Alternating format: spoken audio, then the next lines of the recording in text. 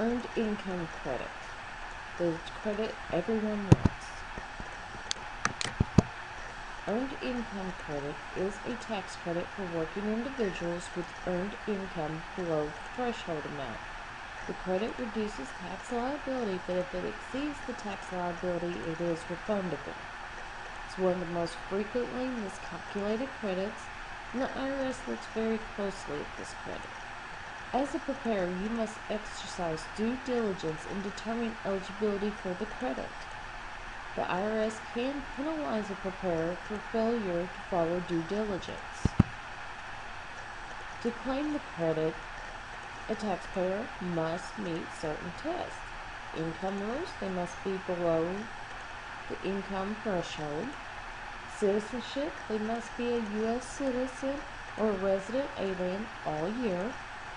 Tax identification number, everyone on the return must have a valid Social Security number. I-10 numbers are not allowed for earned income credit. If there is one I-10 on the return, then the credit will not be given. Filing statuses. All filing statuses get earned income credit except for married filing separate. A taxpayer must file a return to claim the EIC, even if the income is below the filing threshold. No tax withheld, or the taxpayer did not owe any tax. This is for people that make under the amount of their standard deduction plus their personal exemptions and dependent exemptions. If they made below that amount, they can still file a return to claim earned income credit. Income qualifications. To get the phase-out ranges, to get the max EIC for single, qualifying widow, head of household, no children, one child, 2 children, or 3 children. The first number is the max amount you can make and still get the max amount of credit.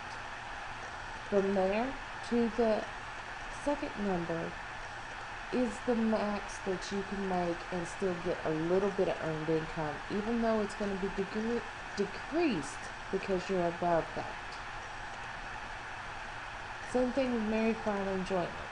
So if a person has 3 kids, they're single, they made $16,690, they're going to get the max credit. If they made $43,998, they're going to only get maybe $1 in credit. It's like a pyramid. It starts out low at $1 of earned income and goes all the way to the top numbers on this chart. But it's like a big hill. It starts going up, up, and up, and then it peaks, and then it starts going back down again. The income must always be earned income. Can never be unearned income such as interest, stocks, bonds, passive activities. And investment income must not exceed $3,150. Other qualifications, of course, is citizenship. I went over that just a minute ago.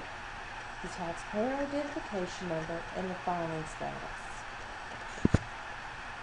Besides AGI and earned income, the amount of EIC depends on the number of children the taxpayer has.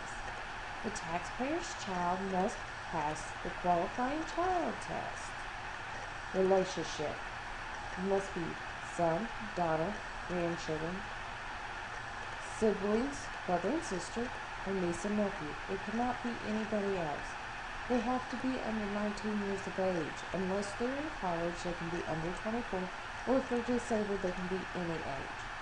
The main taxpayer on the return must be older than the child they are claiming.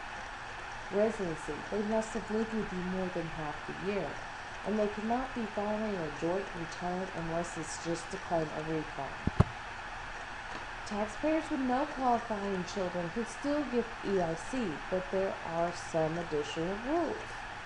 They must be at least 25, but under 65, cannot be a dependent on somebody else's return, cannot be a qualifying child for anyone else and must have lived in the United States for more than half the year. There are people that cannot claim the credit. People whose filing status is married filing separate cannot claim it. A qualifying child of another person, a dependent of another person. Somebody that claims foreign income exclusion or a deduction or exclusion for foreign housing. A taxpayer whose EIC was disallowed or reduced in previous years due to reckless or intentional disregard or fraud. To figure the credit is figured by looking up the amount on an IRS table. That table is found in the 1040 instructions. It's based on the filing status, number of children, if any, and the income determined from the EIC worksheets. To claim the EIC, earned income must be less than the earned income limit amount for the taxpayer's filing status and number of children. The earned income limits are below in this chart. So if they made more than what's on this chart, then they cannot get the earned income credit. If you were previously disallowed for EIC, there is a period of 2 to 10 years before EIC can be claimed again. The 2-year period applies for an error due to reckless or intentional disregard of the rules. A 10-year period applies for in cases of fraud. A taxpayer whose EIC was previously disallowed or reduced for any reason other than math or clerical error must complete a Form 8862. Preparers have responsibilities. It is the preparer's responsibility to exercise due diligence in completing a tax return on which EIC is claimed. Failure to meet due diligence requirements can result in $500 preparer penalty for each failure. Use Form 8867 for each client claiming the EIC. Part 4 of Form 8867 contains the checklist for each of your due diligence requirements. Due diligence is very, very important. It's mainly stating that you know that they weren't lying to you. If you have any indication that what they are telling you is not correct, you are required to ask questions. Document those questions and document the answers. Right? You need to make sure you take notes. So you have a 19-year-old come in, claiming their 17-year-old sibling. First question, where are the parents? If they say the parents are no longer alive, they're in jail, lived with them. The next question, did you provide more than half of this person's support? Why wasn't the parent supporting this child? You go until you get the answers you need to make a reasonable assumption that what they have told you is correct or incorrect.